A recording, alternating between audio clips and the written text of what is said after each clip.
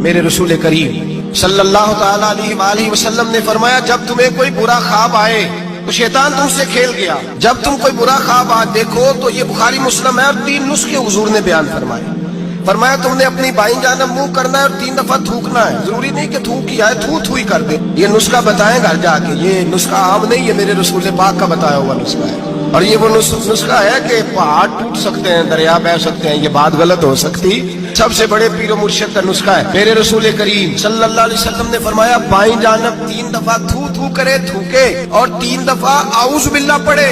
और फिर हुजूर ने फरमाया, ख्वाब का किसी से जिक्र न करे। किसी को ख्वाब सुनाना, डरावना ख्वाब आए तो किसी को सुनाना, बयान नहीं करना। ये हुक्म दिया नबी पाक ने, हमें नसीहत फरमाई है।